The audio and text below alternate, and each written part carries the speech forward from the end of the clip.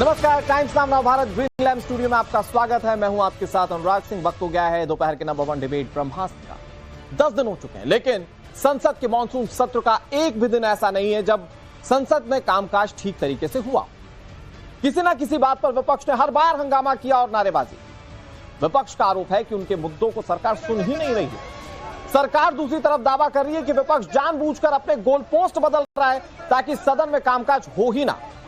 इन आरोपों के बीच आज दोनों सदन फिर से सोमवार तक के लिए स्थगित कर दिए गए, यानी कि 2 सप्ताह की संसद की कार्यवाहियां पानी में जा चुकी है। विपक्ष अड़ा हुआ है कि गृह मंत्री अमित शाह सदन में जंतर मंतर पर हुए एक्शन पर जवाब दें। सरकार इस बात पर अड़ी है कि राहुल गांधी जो आरोप लगा रहे हैं वो झूठे हैं। सवाल यह है कि आखिर यह गतिरोध टूटेगा कैसे। सवाल यह है कि संसद की कार्यवाही जिसमें हर 1 मिनट के हिसाब से लाखों का पैसा लगता है, वो कार्यवाही संसद की चलेगी कैसे। पहले शुरुआत जो प्रदर्शन की थी, विरोध की थी, वो इस बात से हुई कि धर्मेंद्र प्रधान को इस्तीफा देना चाहिए। जो शुरुआत का 1 हफ्ता था तब तक ऐसा लगा कि धर्मेंद्र प्रधान इस्तीफा नहीं देंगे तो संसद की कार्यवाही नहीं चल पाएगी, लेकिन सरकार ने इस्तीफा लिया, धर्मेंद्र प्रधान ने इस्तीफा दिया और उसके बाद लगा कि अब शायद संसद की कार्यवाही ठीक तरीके से चले। लेकिन विपक्ष नए मुद्दों के साथ आए।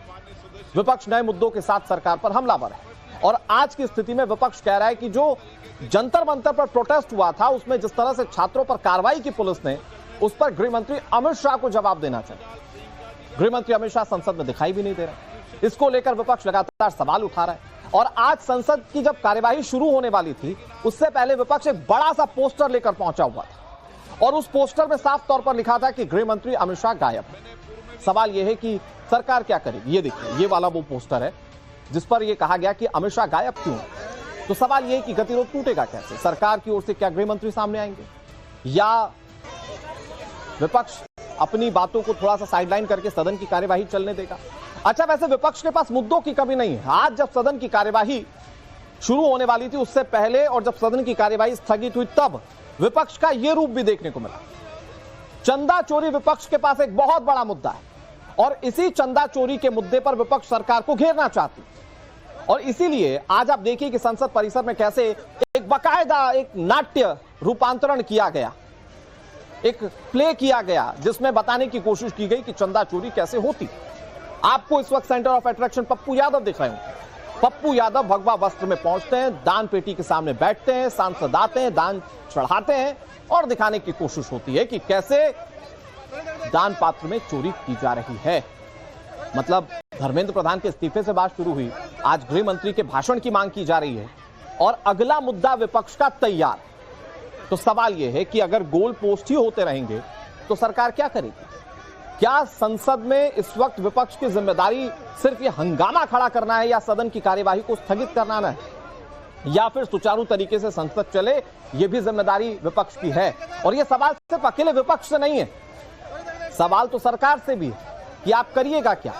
क्योंकि अगर प्राइमा फेसी देखें तो सरकार की जिम्मेदारी होती है सदन चलाने की और इस वक्त सदन बाधित हो रही है। कुछ सेकंड्स के लिए, कुछ मिनट के लिए, चाहे वो लोकसभा हो चाहे वो राज्यसभा हो, वो चलती हैं। 2 बिल महत्वपूर्ण पास भी कराए गए, लेकिन सदन की कार्यवाही बाधित हो रही है। लबुलवाब क्या है, क्या स्थिति है, आप जरा ये रिपोर्ट में समझिए।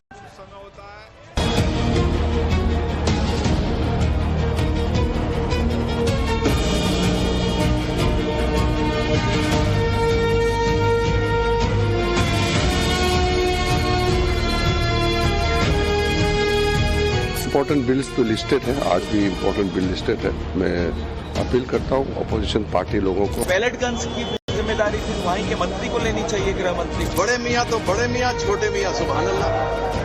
तो प्रिविलेज मोशन किसी के खिलाफ ले आने से तो कुछ होता नहीं है।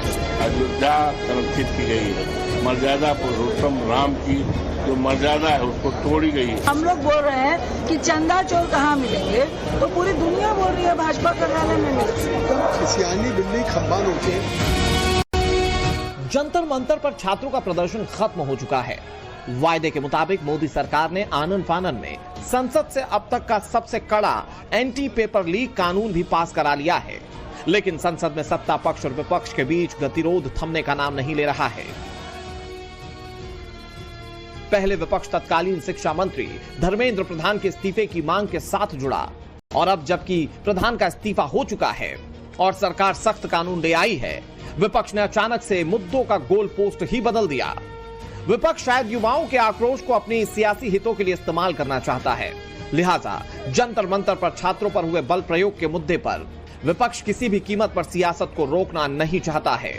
विपक्ष और खास तौर पर नेता प्रतिपक्ष राहुल गांधी ये साबित करना चाहते हैं कि जंतर मंतर पर पैलेट गन का इस्तेमाल और लाठीचार्ज डायरेक्ट अमित शाह के ऑर्डर पर हुआ था, और अब विपक्ष चाहता है कि अमित शाह सदन में आकर बयान दे ताकि सरकार को विपक्ष झुका हुआ दिखा सके। यही कारण है कि राहुल गांधी आज भी सोशल मीडिया प्लेटफॉर्म एक्स पर लिख रहे हैं कि पीएम और अमित शाह आप जेनजीज को डरा धमकाकर चुप नहीं करा सकते। पहले आपने उनकी हड्डियां तोड़ी, अब एफआईआर कर रहे हैं, अकाउंट बंद करवा रहे हैं। आप देश का इतिहास हैं, सावधान रहिए क्योंकि आप देश के भविष्य को धमका रहे हैं। Speaker sir, why is the Home Minister not here today? The Home Minister is not here today because he's not here today because he is scared. The Home Minister authorized the shooting of our students, sir. He put pellets into the blood of our students. He ordered the students of India to be shot. Rahul Gandhi के इस रुख के बाद आज भी लोकसभा में हंगामा दिखाई दिया। इन सब के बीच खबर यह है कि जंतर मंतर पर फायरिंग वाले राहुल गांधी के बयान पर बीजेपी प्रिविलेज मोशन ला रही है। इसको लेकर फिर से दोनों पक्षों में तनातनी बढ़ गई है। संसद का मानसून सत्र 20 जुलाई को शुरू हुआ था। तब से अब तक संसद में सिर्फ हंगामा और हंगामा ही दिखाई दिया। पिछले 10 दिनों के कामकाज में महज 2 बड़े बिल, एंटी पेपर लीक और वंदे मातरम ही पास हो पाए। बाकी दिन ठन गोपाल ही रह गए। संसद के एक सदन में औसतन 7 घंटे काम होता है। 1 मिनट का औसतन खर्च 2.5 लाख रुपए आता है। ऐसे में सिर्फ लोकसभा की कार्यवाही पर एक दिन में करीब 86 लाख रुपए खर्च होते हैं। पिछले 10 दिनों में दोनों सदनों पर कितना खर्च हुआ अब आप अंदाजा खुद ही लगा लीजिए। लेकिन सरकार की बार बार की अपील के बावजूद नतीजा सिफर ही रहा।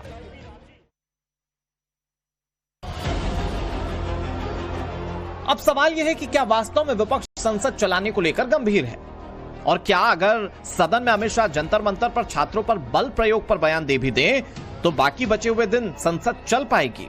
इसका जवाब संसद परिसर से आई ये तस्वीर है।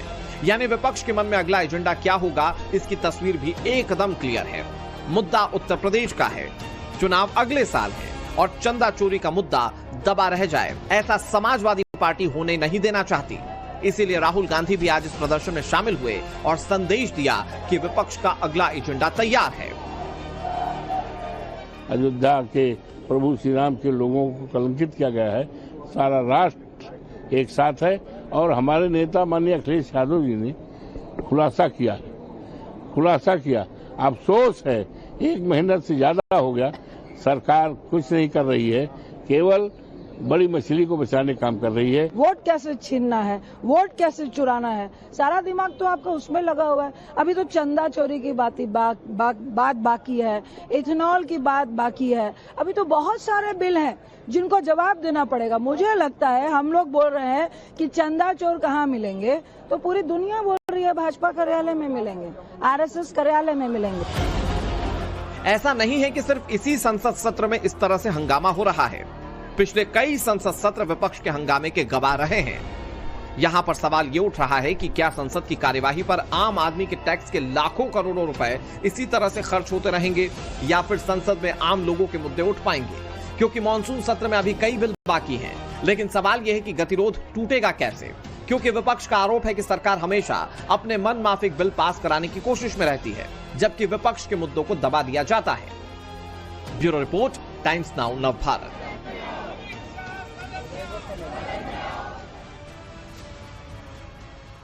आपने ये बात जरूर सुनी होगी, दिल मांगे मोर, मतलब दिल को और ज्यादा चाहिए, जो मिल चुका है उससे ज्यादा की ख्वाहिश। यही इस वक्त विपक्ष का लग रहा है, क्योंकि संसद सत्र शुरुआत हुआ था तो सब ये कह रहे थे कि धर्मेंद्र प्रधान का इस्तीफा हो जाए, बस इस्तीफा हो गया। अब कह रहे हैं अमित शाह बोल दे बस, हो सकता है उसके बाद फिर कुछ नए एजेंडे। और राम मंदिर को लेकर तो घेराव की क्या विपक्ष की कोशिशें हैं वो तो संसद परिसर में नजर आ रही है। सवाल ये कि जिम्मेदारी किसकी है भाई?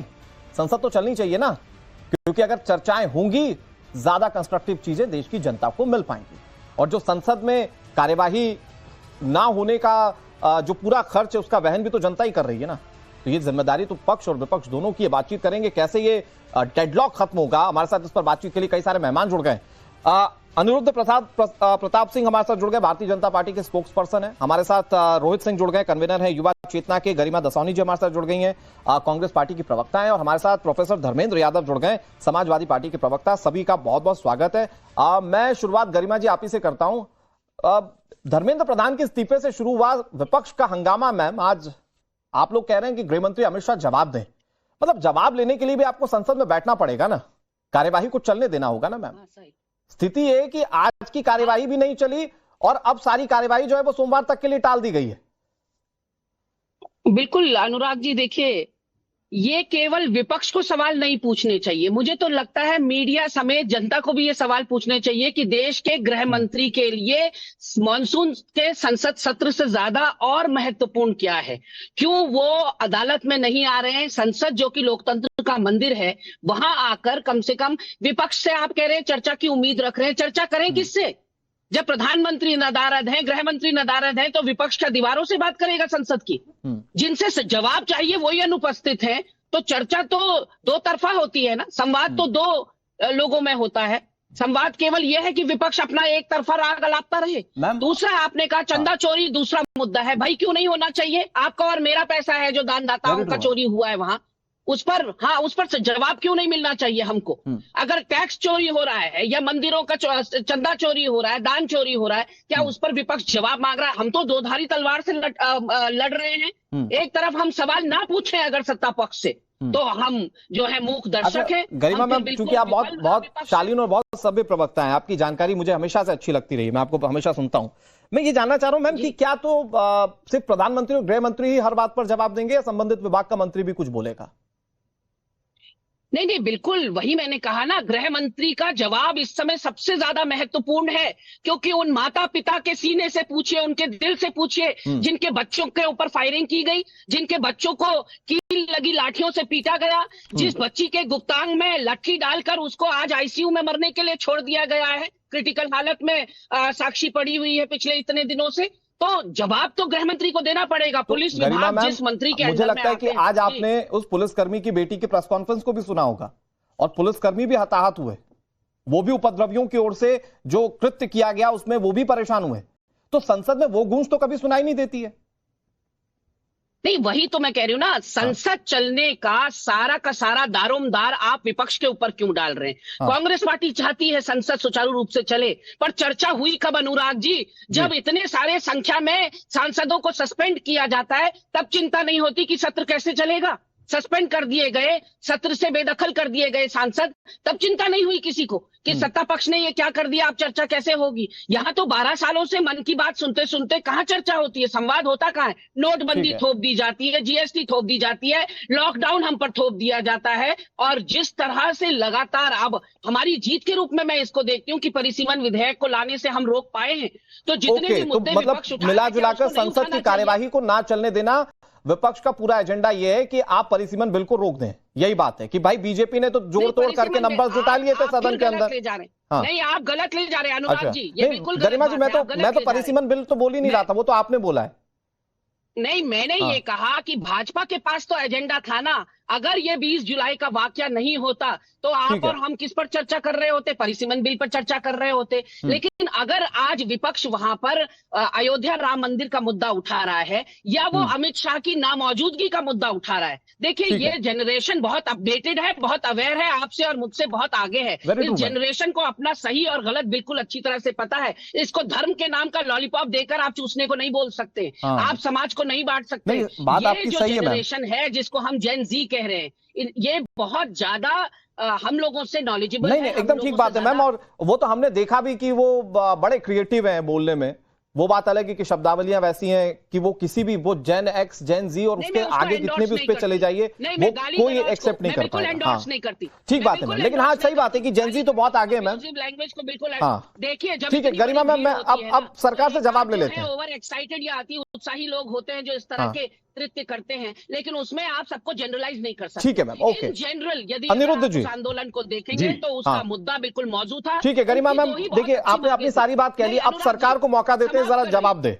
अनुराग जी समाप्त कर रही हूँ। जल्दी से जेनजी का मुद्दा जो है बिल्कुल सार्थक था। वो चाहते हैं एक पारदर्शी शिक्षा व्यवस्था, एक गुणवत्तापरक जो है शिक्षा व्यवस्था, अफोर्डेबल शिक्षा व्यवस्था। लेकिन मैम आप लोगों पर यह भी तो आरोप लग रहा है कि आप लोग जेनजीज को अपनी शील्ड बनाकर अपनी सियासी रोटियां सेक रहे हैं, क्योंकि इसी जेनजीज के आंदोलन में कांग्रेस पार्टी कहां थी शुरू के कुछ दिन? वो तो जब बड़ा एक मार्च हो गया और दिखा कि भीड़ आ गई है तब आप लोग जुड़े ना मैम। तो ये तो आरोप आप पर भी लगते हैं कि जेनजीज को आप लोग शील्ड बना रहे हैं। कार्यक्रम भूल गए जिसने सियासी हलचल मचा दी थी। ठीक है मैम, का कार्यक्रम। अच्छा गरिमा मैम, अब मुझे लगता है अनिरुद्ध जी के पास चले जाना चाहिए के नाम से। ठीक है, अब मुझे लगता है अनिरुद्ध जी के पास चले जाना चाहिए और मैं आप ही की बात इंडोर्स करते हुए उनसे सवाल पूछ रहा हूं। भाई दीवार से बात करेंगे, गृह मंत्री नहीं आ रहे, प्रधानमंत्री नहीं आ रहे, तो अनिरुद्ध जी बताइए किससे बात करें ये लोग संसद के अंदर? आप लोग कह रहे हैं कार्रवाई चलने दें, वो बात किससे करें? अनुराग जी देखिए, हमें लगता है कि टाइम्स नाउ का दर्शक डेली संसद टीवी देखता होगा, समझता होगा आपके माध्यम से, और उसको बिल्कुल क्लियर हो गया है कि राहुल गांधी और विपक्ष ये कंफ्यूज हो चुके हैं, क्योंकि ये लोग जेनजी के लिए नहीं, इनका तो जनरेशन गांधी के बचाव के लिए कैसे उनका प्रोग्रेस हो उसके लिए चिंता मुक्त वो है। और इनको कंधों की जरूरत किस लिए पड़ रही? क्योंकि खुद के कंधे इतने कमजोर हो चुके हैं, झुके इतने हो चुके हैं कंधे, कि वहां पे आप देखिए पार्लियामेंट के अंदर प्रियंका वाड्रा क्या बोलती हैं, एक शिक्षक को गाली देती हैं, मतलब मजाक उड़ाती है शिक्षक को। अगर किसी शिक्षक का आप उपहास उड़ा के आप सोचते हैं कि शिक्षा के परिवर्तन की आप चर्चा कर सकती हैं, 215 यूनिवर्सिटीज के vice chancellor, x vice chancellor ने लेटर लिख के दिया। अगर कोई शिक्षक का उपहास करेगा तो शायद मुझे नहीं लगता है कि शिक्षा की बहुत अच्छी बात चर्चा कर सकता है। राहुल गांधी आते हैं, राहुल गांधी क्या इंडोर्स करते हैं वहां पे? अमित शाह जी को बिना, क्योंकि वो खुद लीडर ऑफ अपोजिशन है, 56 साल के हैं, चलिए कोई बात नहीं, 56 साल की युवा में खुद को यूथ मानते हैं, स्टूडेंट मानते हैं, इडियट मानते हैं, क्या मानते हैं वो जाने, लेकिन उनको ये पता होना चाहिए बिना किसी चीज के प्रमाण के आप पार्लियामेंट के अंदर बोल नहीं सकते। इसलिए राहुल गांधी को माफी मांगना बनता है, उनको माफी मांगनी चाहिए। दूसरा जो आज मैं खुद देख के बहुत दुखी हूं, क्योंकि मैं खुद अयोध्या से रहने वाला हूं, इतना ज्यादा दुखी हूं कि एक सांसद जो है बैठ के नाटक कर रहा है, लेकिन उसी बहराइच के दरगाह में चोरी होता है, जरा सा मौलाना का भेष बना के आ जाते हैं ना। आप पूरे साधु सन्यासियों को गाली देना चाहते हैं ना, आपको हिंदू संस्कृति का सम्मान करना, ना जेनजी के साथ खड़ा होना। अनिरुद्ध जी, ये जो पप्पू यादव कर रहे हैं, जिसको आप सीधे शब्दों में ड्रामा कह सकते हैं, मैं इस पर बात करूंगा। अनिरुद्ध जी, मैं एक छोटी सी चीज पूछ रहा हूं आपसे। सत्ता में रहते हुए सदन चलाने की जिम्मेदारी आप लोगों की है ना सर? वो कहेंगे जब तक गृह मंत्री नहीं बोलेंगे तब तक हम चलने नहीं देंगे, आप कहेंगे माफी नहीं मांगेंगे तब तक हम चलने नहीं देंगे। तो फिर देश की जनता तो अपना पैसा आप लोगों को ऐसे ही दे देना कि लीजिए साहब फूंक दीजिए। बहुत अच्छा क्वेश्चन किया। मैं कह रहा हूं ये पार्लियामेंट है, यहीं पे मान लेते हैं आप स्पीकर हैं, हम दोनों पक्ष के लोग हैं, 4 लोग बैठे हुए हैं। आप बताइए अगर कियोस्क क्रिएट करने लग जाएंगे तो कैसे चारों स्पीकर बोल पाएंगे? अगर विपक्ष के 2 लोग यहाँ बैठे और मुझे एक चीज बताइए ना अनिरुद्ध प्रताप सिंह जी, मुझे एक चीज बताइए, might be a hard question for you, लेकिन मुझे एक चीज बताइए कि गृह मंत्री सदन में नहीं आ रहे हैं और लीडर ऑफ अपोजिशन से सिर्फ यही पूछ रहे हैं ना कि आप सदन में क्यों नहीं आ रहे हैं? इसका सीधा जवाब दीजिए ना गरिमा जी को। गरिमा जी को प्लीज स्क्रीन पर रखिए। नहीं, बहुत क्लियर में, बहुत कंस्ट्रक्टिव। आज डिबेट के अंदर किस पे बिल पे चर्चा हो रही थी ना, अगर वहां पे परीक्षा के बिल पे चर्चा हो रही थी तो आप बताइए इन दोनों भाई बहनों ने, कांग्रेस के किस वक्ता ने डिबेट और डिस्कोर्स के अंदर पार्टिसिपेट करके कंस्ट्रक्टिव बात की? बताया होता कि इसमें ये सुझाव है, इसमें ये सुझाव, इसमें ये सुझाव। इन्होंने सुझाव देने के बजाय इन्होंने एनार्किज्म फैलाने की बात की। मल्लिकार्जुन खड़गे कहते खींच के ले आ जाए, मतलब इनका राज चल रहा है क्या? इनको प्रॉब्लम यह है कि गरीब का बेटा 7 LKM मार्ग में कैसे बैठ गया है, ये तो क्या कहते हैं। ठीक है गरिमा जी जवाब दीजिए। गोबर में लोटपोट हो रहे हैं। ठीक है अनिरुद्ध जी, आपकी बात जवाब दे गरिमा जी, दोनों को सामने सामने रखिए। अनुराग जी किस तरह की अराजकता सदन में हो रही है वो आपने देखा कि किस तरह से राहुल गांधी जी को अपनी बात नहीं रखने दी गई। अनिरुद्ध जी आपकी बात सुनी मैंने, अनिरुद्ध जी आपकी बात सुनी मैंने, थोड़ी सी शालीनता रखिए, डिबेट में है आप नेशनल टीवी पर, मौका दूंगा थोड़ी शालीनता रखिए। इतना तो सिखाया होगा आपकी पार्टी ने संस्कार आपको कि दूसरा बोल रहा होता है तो उस समय जरा सुनते हैं। ठीक है गरिमा मैम। नहीं देखिए, पहले सदन की अराजकता के ऊपर आपका ध्यान आकर्षित करना चाहती हूँ अनुराग जी। पहले लोकसभा में राहुल गांधी जी को बोलने नहीं दिया गया, उनको प्रेस कॉन्फ्रेंस करके अपनी बात रखनी पड़ी। दूसरी तरफ एक मिनट, अरे अनिरुद्ध जी जरा इतनी बेसब्री किस बात की, इतनी बौखलाहट क्यों है भाई? इतना अमित शाह को बोलने का सिखा दीजिए, इतना तो देश के गृह मंत्री को सिखा दीजिए, वो आके सदन में बोले जितना आप यहाँ बिलबिला रहे हैं। गृह मंत्री क्यों नहीं इतना बौखला रहे सदन में आकर? देखिए मेरी शांति से बात सुनिए अनिरुद्ध जी, मैं शांति से आपकी बात सुन रही थी ना। अनिरुद्ध जी, भाजपा के प्रवक्ताओं की प्रॉब्लम यही है। देखिए भाजपा के प्रवक्ताओं के पास जवाब नहीं होता, वो अनिरुद्ध जी हो गया। अब आप सुन लीजिए, गरिमा जी बात कहते फिर आप ही के पास आऊंगा, प्रोफेसर साहब भी वेट कर रहे हैं, रोहित भाई भी वेट कर रहे हैं। Garima ji, your Aniruddh ji, watchman. लोकसभा में राहुल गांधी को बोलने नहीं दोगे और मल्लिकार्जुन खड़गे जी ने जब कल बोला तो जेपी नड्डा खड़े होकर कह रहे हैं कि अब इस पर सुधांशु बोलेंगे मनुस्मृति पर। जेपी नड्डा चला रहे हैं क्या राज्यसभा? सभापति या स्पीकर राज्यसभा चलाते हैं या जेपी नड्डा? लेकिन अगर सदन में कुछ गलत कोट होगा, गरिमा जी, वो मल्लिकार्जुन खड़गे ने जो बातें कही वो मैंने भी सुनी थी, उन्होंने अच्छा बोला, लेकिन अगर वो मनुस्मृति को लेकर कुछ गलत कोट करेंगे तो संसद में सवाल उठाया जाएगा ना। ये तो लोकतंत्र है ना मैम। नहीं उठाया जाएगा। मैं ये कह रही हूँ अनुराग जी कि JP Nadda could have requested the सभापति कि सुधांशु जी को बोलने दीजिए। जेपी नड्डा कौन होते हैं डिसाइड करने वाले कि सुधांशु जी को खड़ा कर दिया और सुधांशु जी बोलने लग गए? सभापति अलाउ करेंगे ना किसी को बोलना। कुल मिलाकर कहने का मतलब यह है कि किसी भी बिल पर चर्चा हो रही हो, ये कह रही है अगर पेपर बिल तो मिला जुलाकर आपको इससे फर्क नहीं पड़ता गरिमा जी। अनिरुद्ध प्रताप सिंह जी, एक मिनट। कोई भी बिल, हाँ, मैं कह रहा हूं गरिमा दसौनी जी, मिला जुलाकर विपक्ष को इस बात से फर्क नहीं पड़ता कि जनता का कितना पैसा इस सदन की कार्यवाही में फूक रहा है। कि आप प्लॉटिंग और प्लानिंग करें और षड्यंत्र रचे। गरिमा जी, मैं सीधे सवाल पूछ रहा हूं आपसे। गरिमा जी, मैं सीधे सवाल पूछ रहा हूं आपसे, तो क्या सत्ता पक्ष और विपक्ष को इस बात से फर्क नहीं पड़ता कि सदन की कार्यवाही नहीं चल रही और सरकार, जनता का कितना पैसा खर्च हो रहा है या खराब हो रहा है? क्योंकि आप अपने डेडलॉक पर हैं, वो अपने डेडलॉक पर हैं, कोई पीछे हटने को तैयार नहीं है। तो 2 हफ्ते का समय और बचा है, इसी तरह से निकाल दीजिए फिर सदन की कार्यवाही।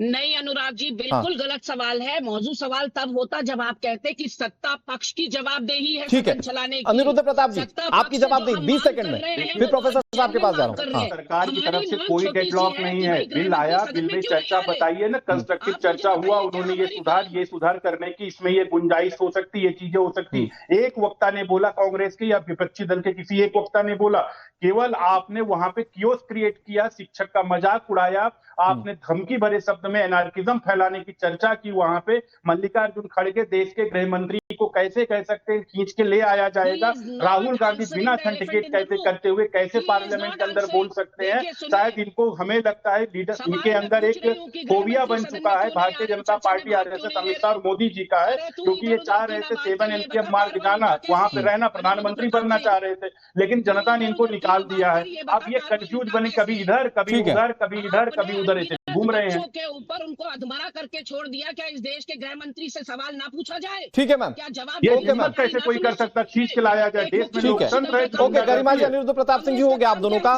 अब हमारे साथ समाजवादी पार्टी के भी गेस्ट हैं और रोहित भाई भी हैं। हम वॉच डॉग हैं इस नेशन के। ठीक है मैम, बिल्कुल सही बात है। और एक चीज तो हम लोग भी मानते हैं गरिमा जी कि विपक्ष ने पिछले काफी समय से बहुत एग्रेसिव पॉलिटिक्स की है और कम से कम देश के मुद्दों पर बात हुई, छात्रों के लिए बात हुई है, ये अच्छी चीज है। लेकिन संसद ना चलने देना, प्रोफेसर साहब, प्रोफेसर धर्मेंद्र यादव जी, ये भी तो अच्छी चीज नहीं है ना।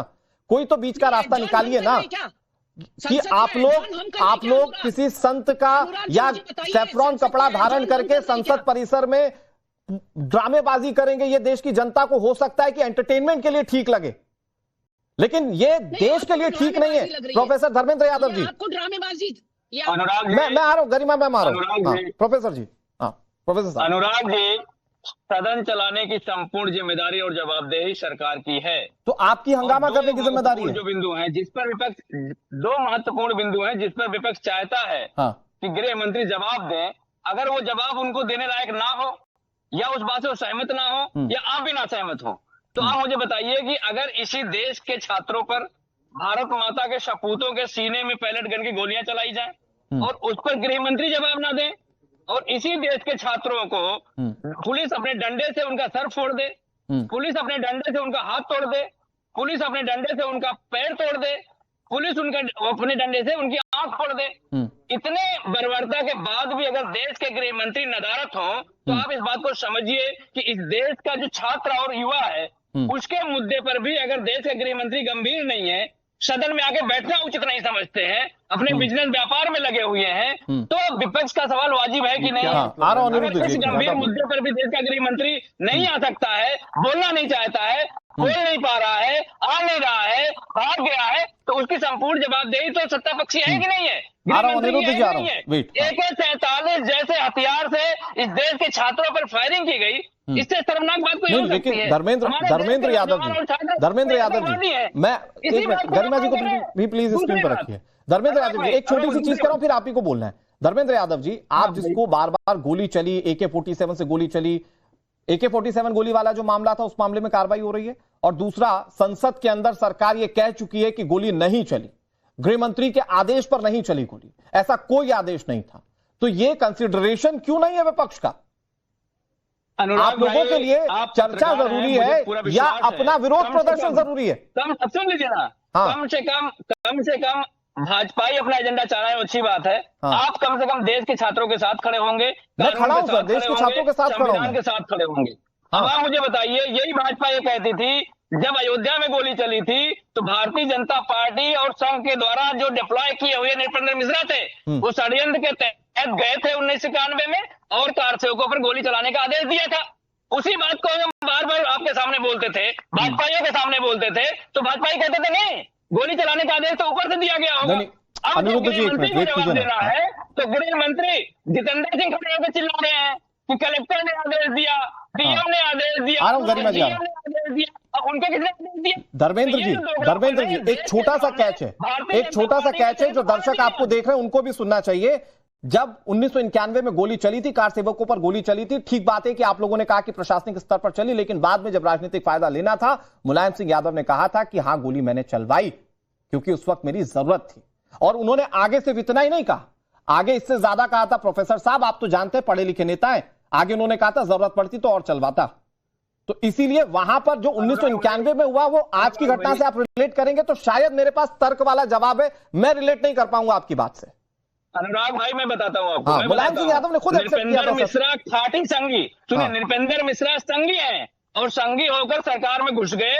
घुसने के बाद षड्यंत्र के तहत भारतीय जनता पार्टी को सत्ता की मलाई खिला सके, इसी बात को लेकर के उन्होंने जाकर के 1991 में कार सेवकों पर गोली चलवाने का काम किया ताकि भारतीय जनता पार्टी को चुनावी फायदा हो, और उसी का पुरस्कार इस देश के प्रधानमंत्री ने उन्हें 2025 ये देखिए, ये आप हाइपोथेटिकल चीज कह लीजिए प्रोफेसर साहब, इस पे मैं कोई काउंटर नहीं करूंगा, लेकिन आप ये कहें कि मुख्यमंत्री का उसमें कोई रोल नहीं था, तो उस वक्त के मुख्यमंत्री साहब खुद आए थे और उन्होंने कहा था हाँ मैंने चलवाई है। अच्छा, मेरी बात मान लीजिए, मेरी बात मान लीजिए, अगर अमित शाह के तर्क को मान लिया जाए, जितेंद्र सिंह के तर्क को मान लिया जाए कि डीएम एसडीएम ने आदेश दिया, नृपेंद्र मिश्रा ने अगर गोली चलाने का आदेश दिया, तो नृपेंद्र मिश्रा को रिवार्ड के तौर पर राम मंदिर निर्माण समिति का अध्यक्ष कैसे बनाया जा सकता है, मुझे बताइए।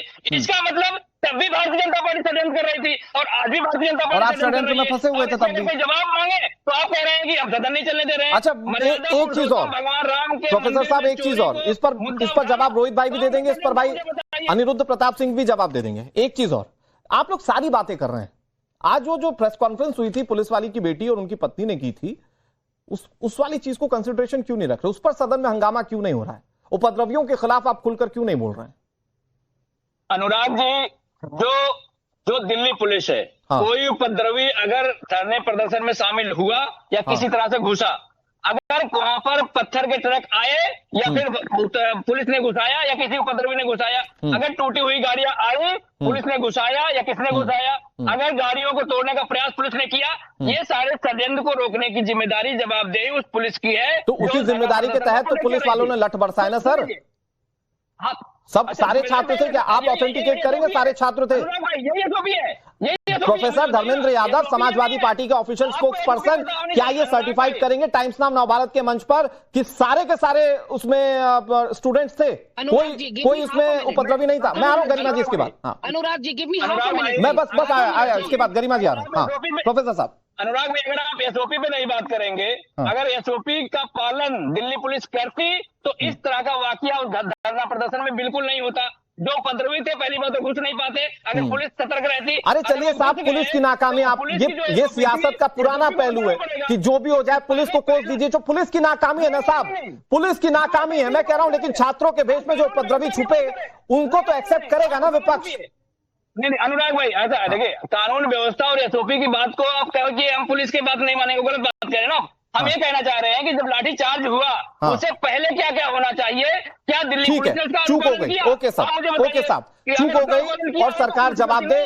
इस बात में कोई मुझे गुरेज नहीं लगता। पॉलिटिकली आप सवाल उठाइए, जवाब अनिरुद्ध जी को देना। अनिरुद्ध जी थोड़ा सा वेट कर लीजिए, रोहित भाई बहुत देर से वेट कर रहे हैं। रोहित भाई, सदन नहीं चले, कौन जिम्मेदार है? उधर गोल पोस्ट चेंज हो रहे हैं, इधर बचाव के सारे तरीके ढूंढे जा रहे हैं। मतलब अगर विपक्ष के मुताबिक सब कर दिया तो ये भी तो मैसेज चला जाएगा ना कि सरकार को देखो विपक्ष कितना झुका दे रहा है। और हो सकता है कि इसीलिए गृह मंत्री जो है वो सदन में जाना ना चाहते हो। जो ये बातें चल रही हैं सोशल मीडिया पर या फिर आम राजनीतिक गलियारों में? रोहित भाई, दो भाग में आपके प्रश्न का उत्तर दे रहे हैं। हाँ। सबसे पहले हमारे बिहार के जो व्याकुल भारत सांसद हैं श्रीमान पप्पू यादव जी, जिस प्रकार का सनातन धर्म का मौकड़ी बनाने का प्रयास विपक्ष के सभी सम्मानित सांसदों के बीच कर रहे हैं, इससे देश और दुनिया भर के सनातन धर्मावलंबी आहत हुए हैं। और किस प्रकार से देखिए, आपके स्क्रीन पर दिख रहा है leader opposition in Lok Sabha Rahul Gandhi ji के साथ कर्नाटक से आने वाले राज्यसभा सांसद डॉक्टर सैयद नासिर हसनैन मजाक कर रहे हैं और पैसा निकाल करके पप्पू यादव को दे रहे हैं, जो सीधे सनातन धर्म के ऊपर हमला है, जिसकी मैं कठोर निंदा करता हूं। अब आइए, आप देश के यशस्वी गृह मंत्री जी के प्रेजेंस के बारे में बात कर रहे हैं। संपूर्ण विपक्ष को इस बात की जानकारी होनी चाहिए कि असम कंप्लीटली बाढ़ग्रस्त हो गया है। बाढ़ की विपदा असम झेल रही है।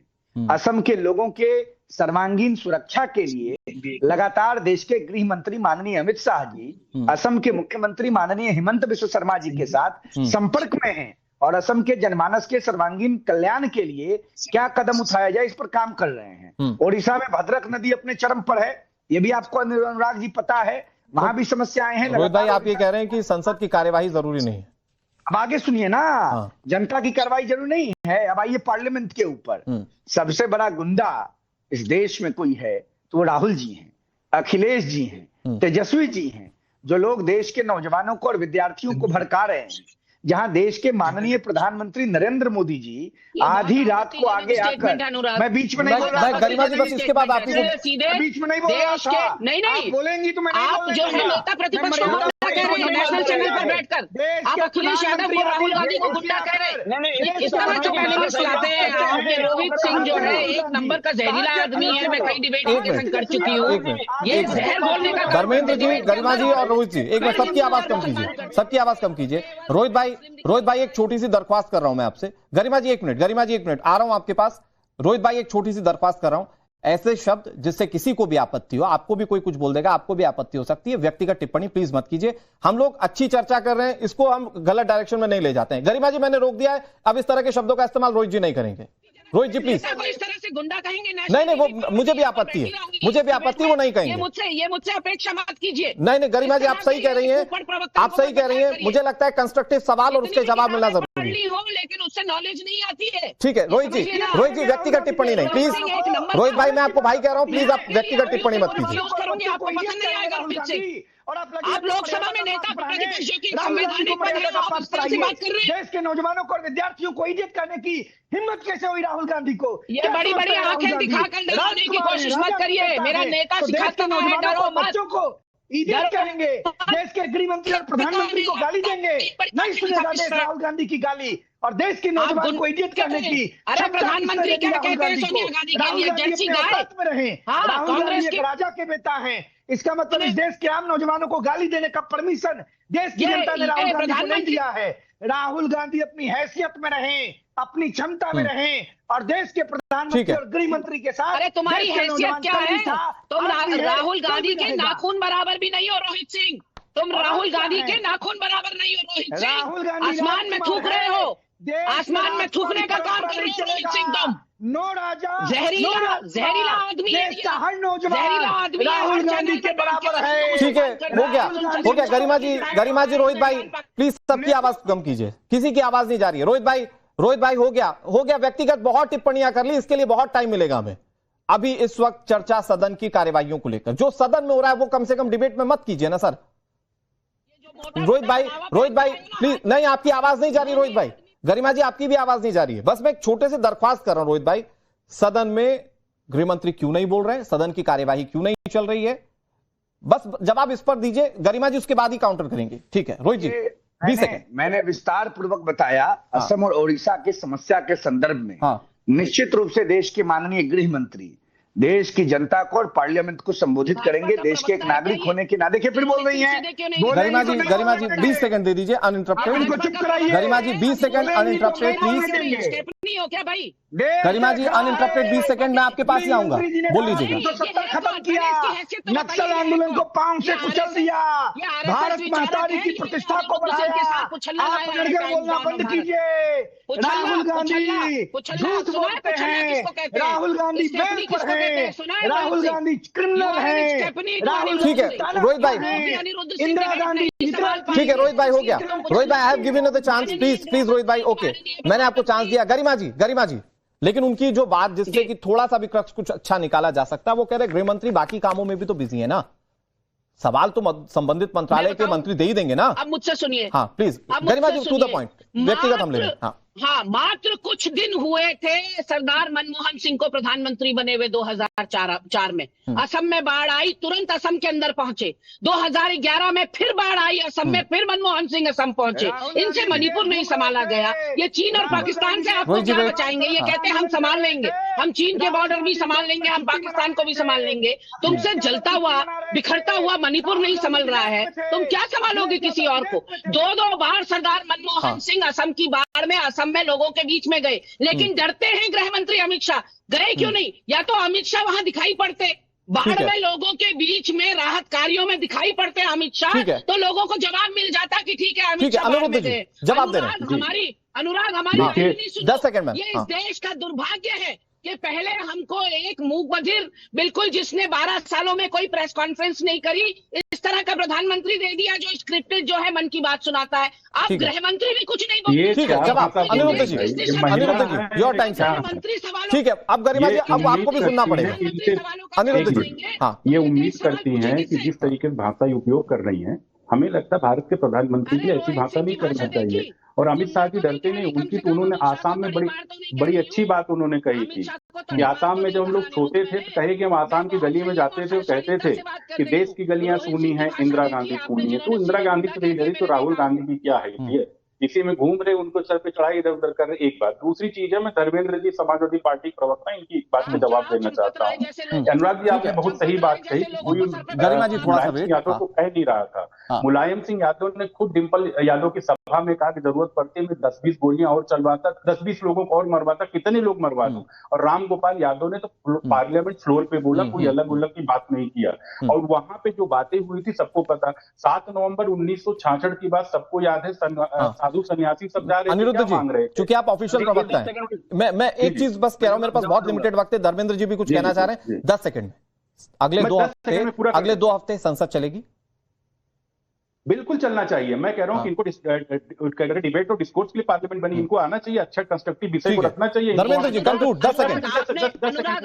अनुराग भाई, राम मंदिर से गरिमा जी, धर्मेंद्र जी को बोलने दीजिए, मेरे पास लिमिटेड वक्त है। हाँ ठीक है धर्मेंद्र जी, सिर्फ आपकी आवाज जा रही है। जी, राम मंदिर से जुड़े हुए मसले में 2 मुख्यमंत्रियों के नाम आते हैं। एक कल्याण सिंह जी का आता है, जिन्हें माननीय न्यायालय ने अपनी ड्यूटी ना करने के लिए 24 घंटे के लिए उन्हें दंडित किया था। और दूसरे श्रद्धेय नेताजी का नाम आता है, जिसको भारत में उत्तर भारत सरकार यानी कि बीजेपी की सरकार ने उनको पुरस्कृत करने का काम किया था। तो ये भाजपा लोग दोगले प्रवृत्ति के लोग हैं, इनको ठीक है सर, आप लोगों की पुरानी है और इतिहास में कितनी भी सियासत के क्या पहलू है, वो सारी बात की बात। आज के समय में संसद का ना चलना, ये चिंता मेरे लिए भी है, ये चिंता कांग्रेस, समाजवादी पार्टी, रोहित सिंह और बीजेपी के लिए भी होनी चाहिए। वक्त एक छोटे से ब्रेक का है, वक्त इतनी इजाजत दे रहा था। सभी मेहमानों का बहुत बहुत शुक्रिया। ब्रेक के उस पार भी खबरें लगातार जारी है।